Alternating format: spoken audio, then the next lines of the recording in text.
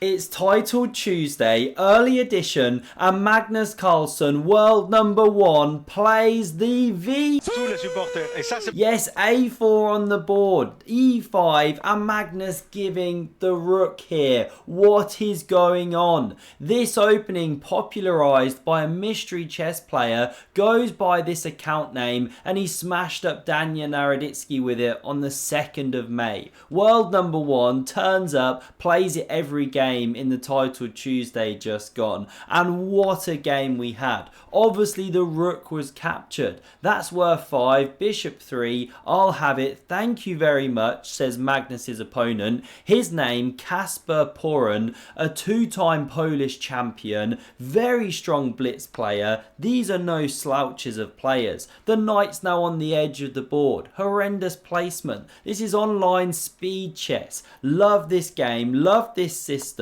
It's absolute garbage, but so much fun to watch. Watch where the bishop now heads and keep your eye on the other one. The pawn under fire, defended. Knight c4, Magnus galloping forward, intensifying the pressure, defended. Now we see d3, that bishop on f1 crying right now with this pawn structure, but aha, Magnus has plans. Black takes the center. Look at this knight backpedaling. What a horrible circuit it's been on. Mum and dad absolutely ashamed. Get back out there, you loser of a pony. d4 takes the space. g3, finally that bishop preparing to fianchetto. Bishop e6, bishop g2, but black shuts it down. The level of play in this game is truly special. Not the opening, but the play thereafter. Knight gf3, Magnus doesn't want to swap off his bishop pair,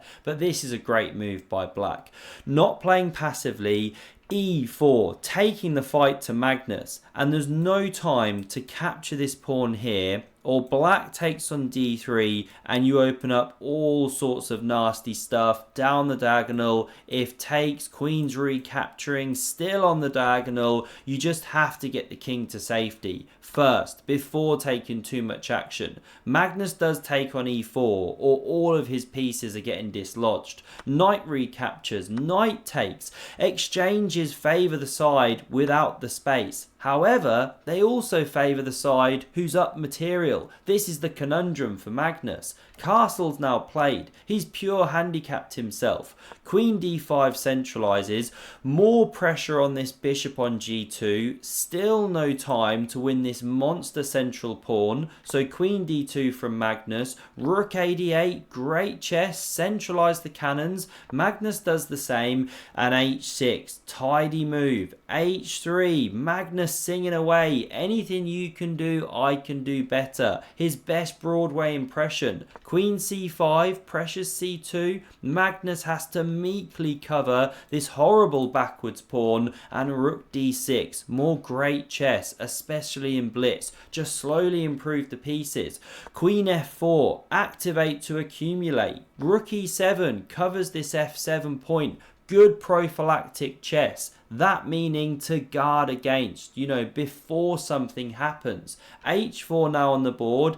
a5, both players pushing the rook's pawns. World keeps spinning, and queen d2. Magnus right now a man without a plan. Will he soon get served a chess ban? Because this opening led to Brandon Jacobson, the mystery Viih-Sou man, getting a chess ban from chess.com. So much more to that story. Check out my video at the end, or get on to Ask Jeeves. I'll link the Reddit post at the end as well, or in the description below. So rook d8 now played. We see bishop f1, queen d5, threatening to win a pawn. So the knight backpedals to h2.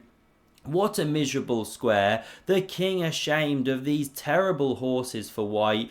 And after knight b4, we see the stark difference. Is that one stuck at home with the king? Hell no, it's in the attack, pressuring the pawn, and Magnus feels obliged to now push that forward, try and liberate his pieces. Knight a2, a good move, but captures played. Still not bad, doesn't ruin advantage, but it allows Magnus to set up the queen bishop battery. Obviously, black sees the checkmating threat down here. f6 therefore played, necessary move, and aha, knight g4. It re-enters the game, foraying forward into the attack. Rook d6 covers the f6 pawn, but is Magnus going to give up that easily? No, he goes queen e3. No time to move this bishop, open a discovered line because the rook's undefended. So queen e6 adds protection and hits the knight. Does Magnus retreat? No.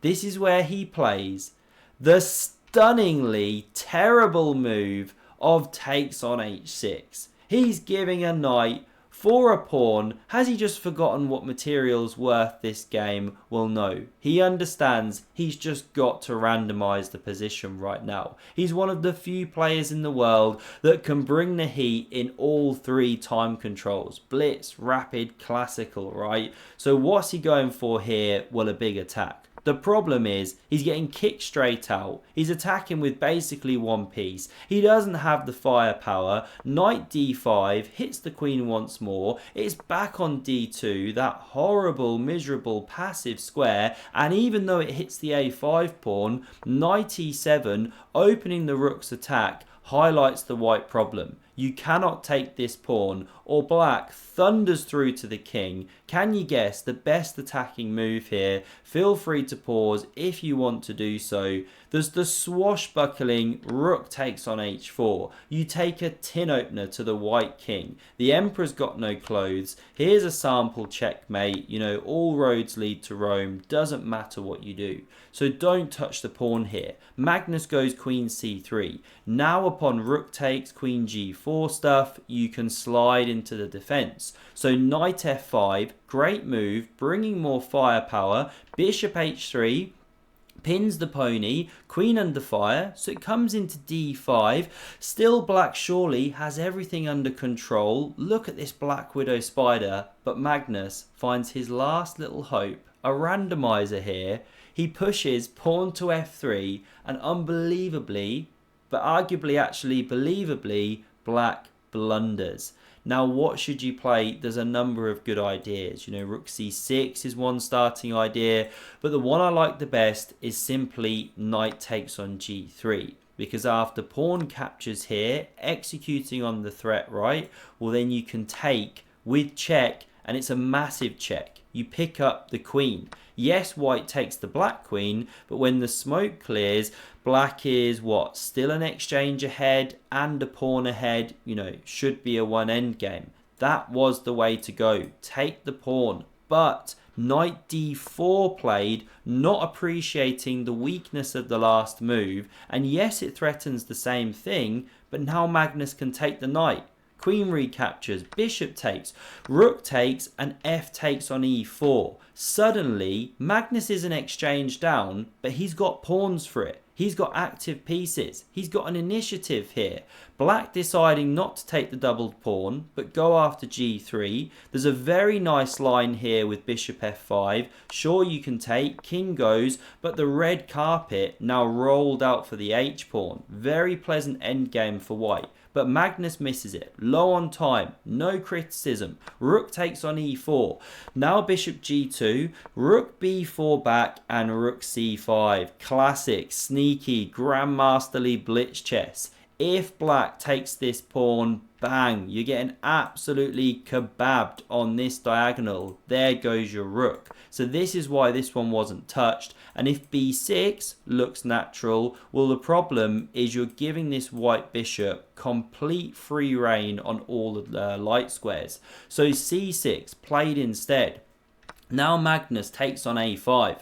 That c6 move allows rook takes on b3 because d5 under control. We get check. King f7 played, bishop f3, micro improvement of the pieces, king e6, pawn a5, rook a3, get behind the passed pawns if you possibly can, h5 from Magnus, and now f5, a prudent move to clamp on g4. But rook h7 played, allowing g4, king d6 on the board, bishop e4, don't blunder your rook, it's seen, saved. E3, preparing to march in the king. No more issues with this lateral cut. We get B5 now played, and it's a mistake. It's a lash out, not the way to go. You just should hold steady. Shuffle the rook about. King C7. Black's doing fine, but B5, and it causes a problem. Now, of course, the trick here is you don't want to take en passant. Sure, it looks really cool. You get to impress your friends like this. But the problem here is that you lose your rook on A8. Yeah, you push the pawn, you come in front, it's game over. So of course Magnus does not take en passant. He instead finds the weakness of the last move. He's so good at adjusting to the position, and he goes rook C8. And this is especially impressive because now rook C3 is no good, or there's A6. If Magnus, just coming back here, had gone rook A6 to attack the pawn like this, now there is rook C3, and the A pawn can't push. It's this micro precision that sets apart the world's elite. He takes with check. The king now on the run. This one marches in to hold the bishop. Rook A1 played, threatens a huge check, then black could be taking here. So Magnus checks first, drives the king backwards, he wins another pawn. He's now doing well in this endgame, but there's miles to go before he sleeps. Can he do the business here? Get this endgame done. Bishop F5 covers the pawn on G4. Now rook H8, we get checks, and slowly Magnus just starts going to work on this black king. He's probing, he's trying to find a way through. White technically better, 2 pawns to the good. That's enough for an exchange now. He's doing well, covers the king, uses the rook as a shield. This is a long game. We're going to see a few more moves here. Magnus still checking the king, but eventually he's got to get that e-pawn rumbling. Few more shuffly moves. There it goes. Now he drives the black rook away, and we see the pawn advance to e5. The computer not a fan. However, in practical human chess, after e takes on f6, this is hugely difficult because there's only one drawing move here. So hard to spot. Test your endgame skills. Can you find the move here? Impress Dr. Carsten Muller. Endgame goat right, at least on books. The move you should play is rook takes on h5. Here's the point. Pawn captures. This rook then takes the bishop, and these pieces are in a hickledy-pickledy position. Rook attacked, comes over here to stay with the pawn, and now don't take this pawn. You get skewered. That's miserable. But instead of taking, play king e5. And you just can't hold on to the pawn. You can push this one, but this one drops. What to do? If you exchange, the king's in time. It's in the box. If you don't exchange, you can check, fine, whatever. Do your worst. King's coming round. Hang on, I just lost the game. What did I do? Okay, well, king f5 apparently is a draw. This one's apparently a loss. Why? h7. Oh, okay, black takes, and you make a queen. Okay, I don't know. Ninja stuff. Anyway, we're going to come back here. That didn't happen. This move was played instead. Giving up here looks like it's enough to hold a draw because now the rook's coming behind, but there is a trick, and it's a classic. You have to know this one in endgames. You slide away with the rook, and here's the point. Black takes here, but check. You give the old skewer trick. But the problem is, when the king moves, you capture the rook, this, then the pawn is running. Black's not in time, it's game over, right? And coming back here, if you don't take the pawn, if you try this, then f7. And the problem is, this black king is cut, and the white king is in time to get to the second pawn, even though one of the pawns drops. You reach this kind of classic Lucena position, but even easier to play because this black is a shield for the white king, black king I should say. Game over. So this was the final position here.